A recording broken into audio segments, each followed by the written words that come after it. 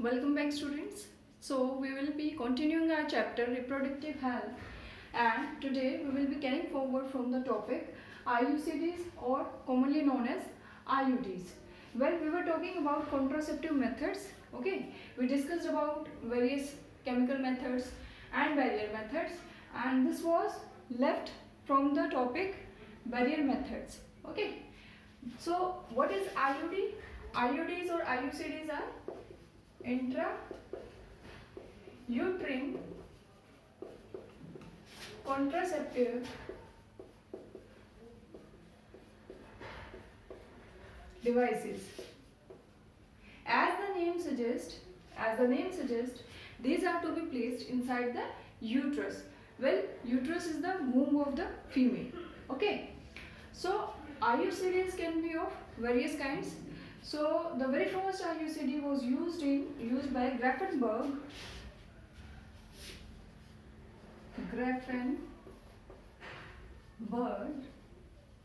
and this person used the IUCD made up of Ag. So what is Ag? Ag is the symbol of which element? Come on, guess. Ag stands for silver. Don't confuse between Ag and Au. Au is for gold and Ag stands for silver. Okay. So it was observed by Grafenberg that while after placing IUCD made up of Ag, the female was unable to get pregnant. So working on that very particular behalf, we had various IUDs. The very first one is the non-medicated one. Okay, what is non-medicated IUCD? Well, it consists of what? It consists of lip slope. What are lip slope? What are lip slope?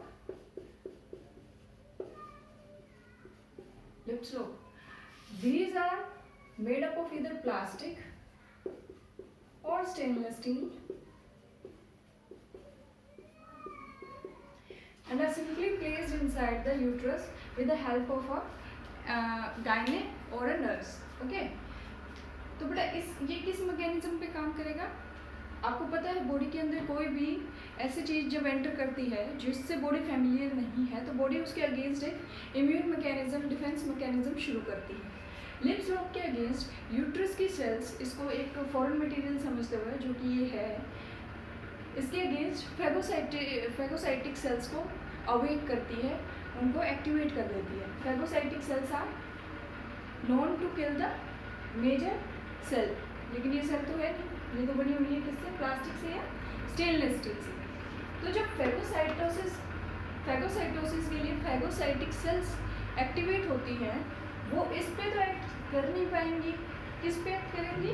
जो male female के uterus के अंदर sperm enter करेंगे वो उन पे act कर जाएंगी. ठीक है, फैगोसाइटोसिस किसका होगा? स्पर्म सेल्स का हो जाएगा.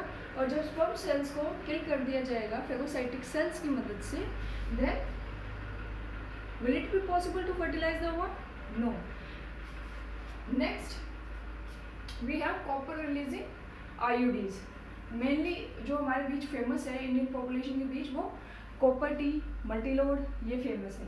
कि क्या है बेटा? वो कॉपर रिलीजिंग आईयूडीज हैं, यानी कि फीमेल के यूट्रस में प्लेस करने के बाद धीरे धीरे एक स्लो रेट पे जो है क्या करती हैं?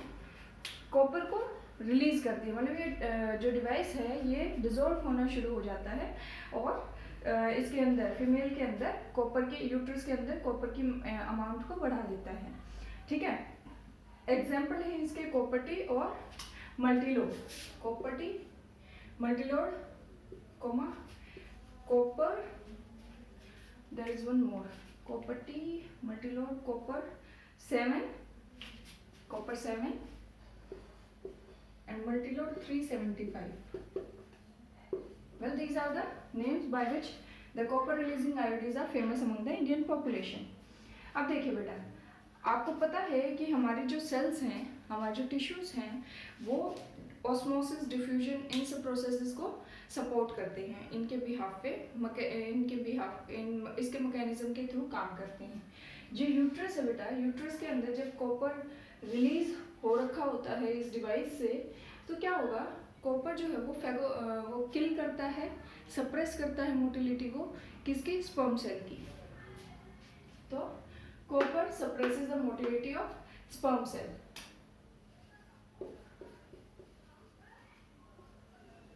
स्पर्म सेल की मोटिलिटी का मतलब है मूवमेंट कब कम होगी, जब उसका फ्लैजिला प्रॉपरली काम नहीं करेगा। स्पर्म सेल की मोटिलिटी कम हो जाएगी तो फर्टिलाइजेशन डिफिकल्ट हो जाएगा, क्योंकि स्पर्म अपनी लाइफ स्पैन के अंदर, यूट्रस के अंदर कितना लाइफ स्पैन है, 2 days का स्पर्म का, तो वो अपनी लाइफ स्पैन के अंदर फैलोपियन ट्यूब में एम्पुला तक नहीं पहुंच पाएगा जहां फर्टिलाइजेशन होना है। ठीक है, फिर बात आती है हार्मोन रिलीजिंग आईयूडीज का। As the name suggest, pregnancy को प्रमोट करने के लिए फर्टिलाइजेशन के टाइम पे जो हार्मोन्स होने चाहिए यूट्रस के अंदर, हमारे ब्लड स्ट्रीम के अंदर, उसको डिस्टर्ब करके हम प्रेगनेंसी को अवॉइड कर सकते हैं। Generally progesterone is known as the pregnancy hormone, लेकिन प्रोजेस्टेरोन को अलग अलग हार्मोन्स के साथ मिला के जब आप यूटिलाइज करते हो in the form of tablets, pills और injectables, then it act against the pregnancy, favour में ना काम करके उसके अगेंस्ट काम करती है। तो हार्मोन रिलीजिंग पिल्स में क्या हो सकता है, प्रोजेस्टेरोन, प्रोजेस्ट्रेट एंड LNG 20, प्रोजेस्टेट एंड LNG 20, ये 2 फेमस हैं हार्मोन रिलीजिंग आईयूडीज। मैकेनिज्म मैंने आपको बता दिया है। यूट्रस की वॉल को, जैसे देखो फर्टिलाइजेशन के लिए क्या जरूरी है कि यूट्रस की जो इनर वॉल है, एंडोमेट्रियम है, हमने देखा था ना,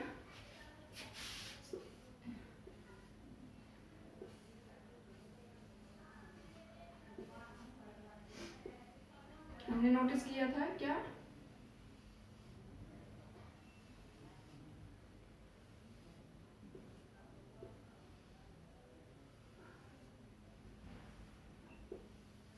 कि यूट्रस की 3 लेयर्स थी, 3 वॉल्स थी, क्या थी, एंडोमेट्रियम जो सबसे अंदर वाली थी, myometrium and what was the outermost,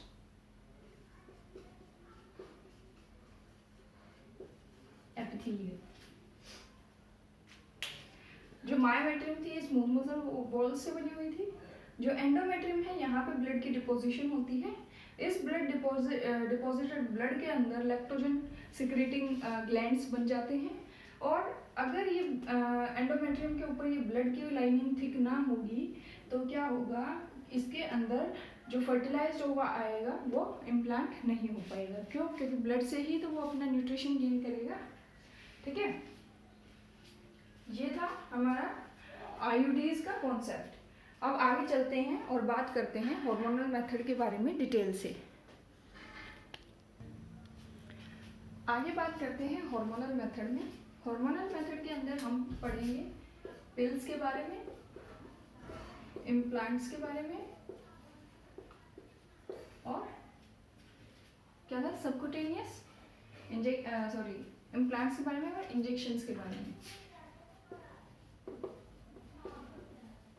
ठीक है, ये फिलहाल पिल्स से रिलेटेड मैं आपको एक्सप्लेन करूंगी नेक्स्ट स्लाइड में, नेक्स्ट स्क्रीन में आपको जो है इम्प्लांट्स और इंजेक्शंस के बारे में बताया जाएगा।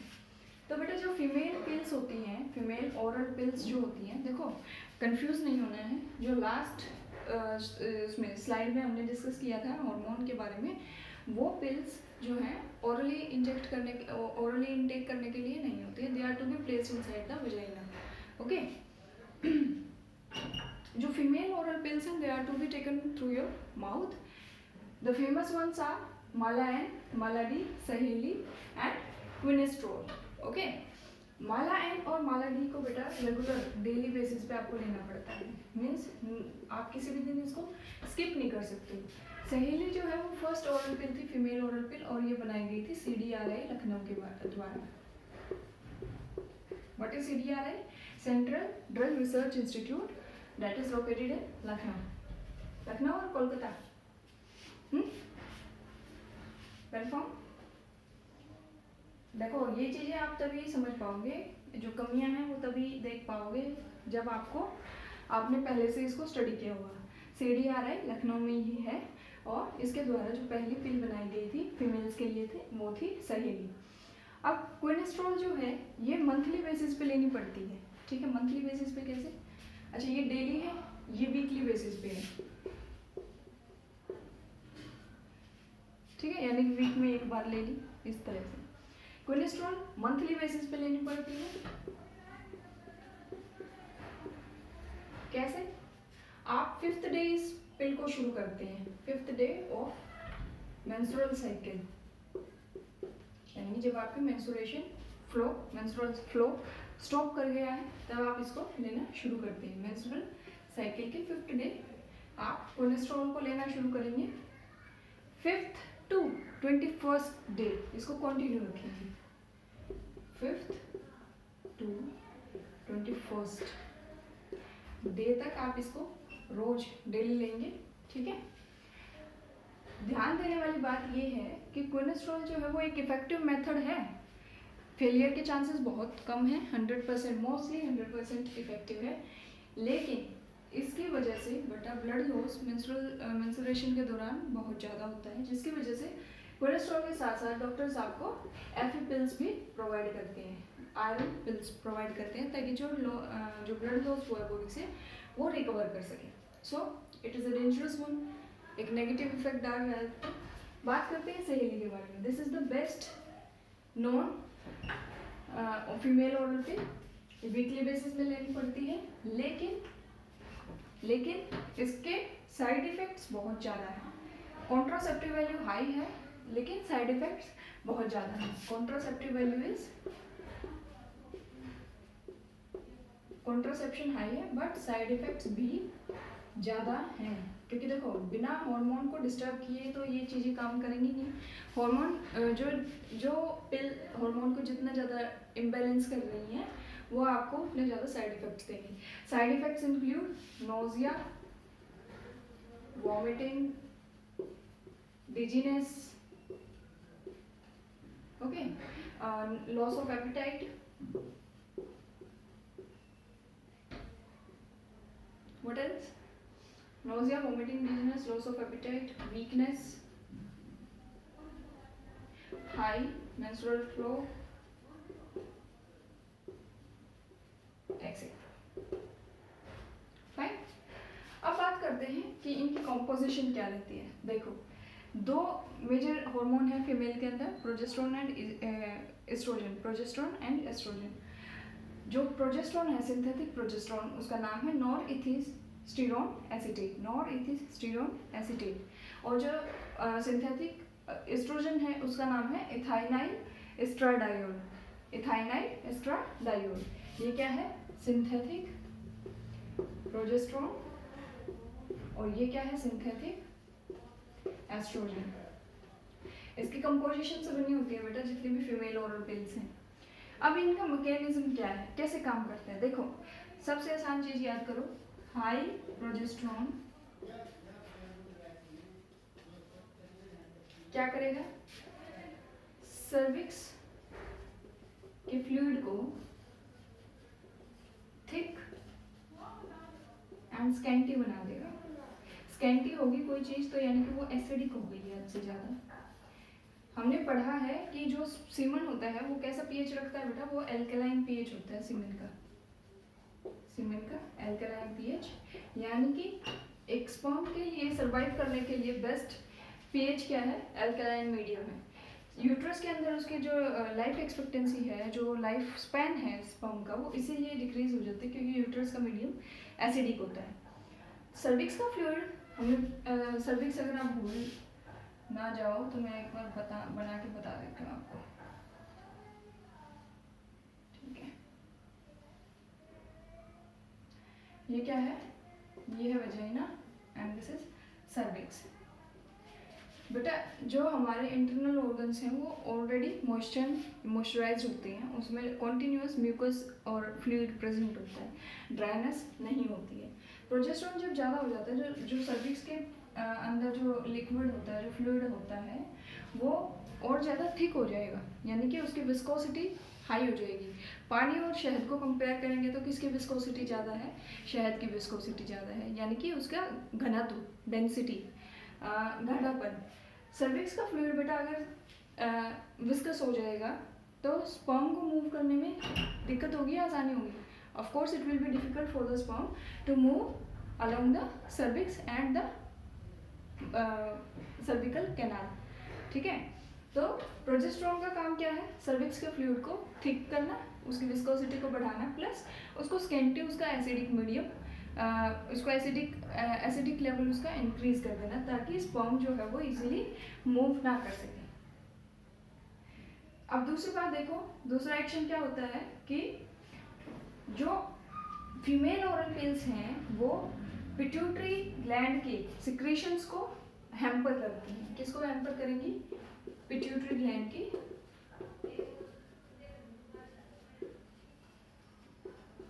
सिक्रेशंस को। पिट्यूटरी ग्लैंड से क्या आ रहा था हमारे पास? GnRH, गोनाडोट्रोपिन रिलीजिंग हार्मोन, जिसमें कि दो मेजर हार्मोन थे, कौन कौन से? LH and FSH, luteinising and follicle stimulating hormone. अब जब ये हार्मोन्स हैम्पर हो जाएंगे, ये प्रॉपर लेवल में, प्रॉपर अमाउंट में ब्लड स्ट्रीम में नहीं प्रेजेंट होंगे, तो क्या होगा बेटा? ओव्यूलेशन डिले हो जाएगा, या ओव्यूलेशन जो है डिस्टर्ब हो जाएगी। ओव्यूलेशन बोले तो ओवा का फॉलिकल से, ओवेरियन फॉलिकल से बाहर आना is known as ovulation. LH और FSH इस चीज़ को प्रमोट करते हैं। हम हार्मोन्स की मदद से, पिल्स की मदद से इन दोनों हार्मोन्स के लेवल को डिस्टर्ब कर देते हैं, ओव्यूलेशन डिले हो जाता है, और इसी तरह से क्या होता है, जो प्रेगनेंसी है वो अवॉइड की जा सकती है। I hope this is necessary, sorry this is clear to you. ठीक है, अब बात करते हैं मेल्स की। क्या आपने सोचा था कि मेल्स में भी ओरल पिल्स होती होंगी? Well, I was unaware of it and I was not expecting pills for males, hormonal pills for males. मैं expect नहीं कर रही थी until and unless I got to know about it in my 12th class. Bio class में जब हमने पढ़ा तभी मुझे भी इस चीज़ के बारे में अवेयरनेस हुई थी, इसीलिए ये चैप्टर्स इंपॉर्टेंट है आपके सिलेबस में होने के लिए। मेल्स के अंदर जो फेमस है वो है गॉसिपॉल, इट इज गॉसिपॉल और पेन, गॉसिपॉल।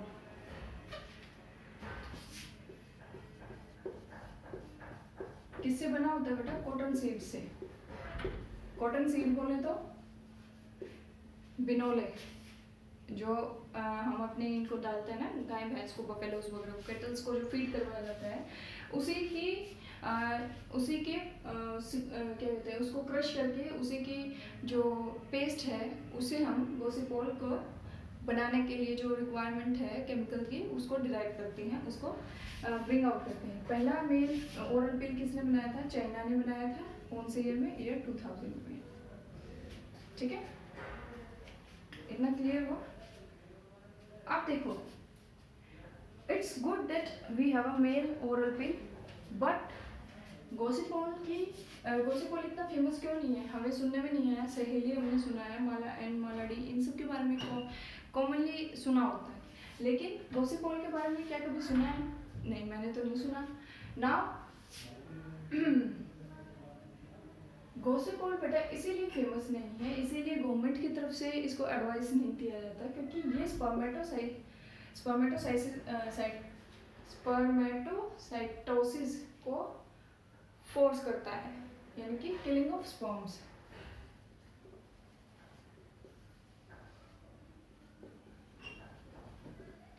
स्पर्म्स की को किल करने में गॉसिपॉल जो है, ये मैकेनिज्म है इसका कि ये स्पर्म्स को किल करेगा।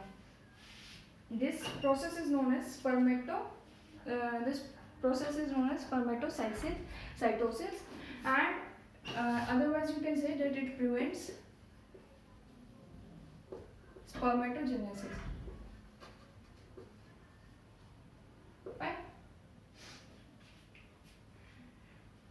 अगर ये स्पर्मेटोजेनेसिस को अवॉइड करेगा, अगर ये स्पर्मेटोजेनेसिस स्पर्म्स को नहीं बनने देगी ये ओरल पिल, तो बेटा क्या होगा, आपका जो सीमेन है उसके अंदर स्पर्म का लेवल डिक्रीज होता चला जाएगा।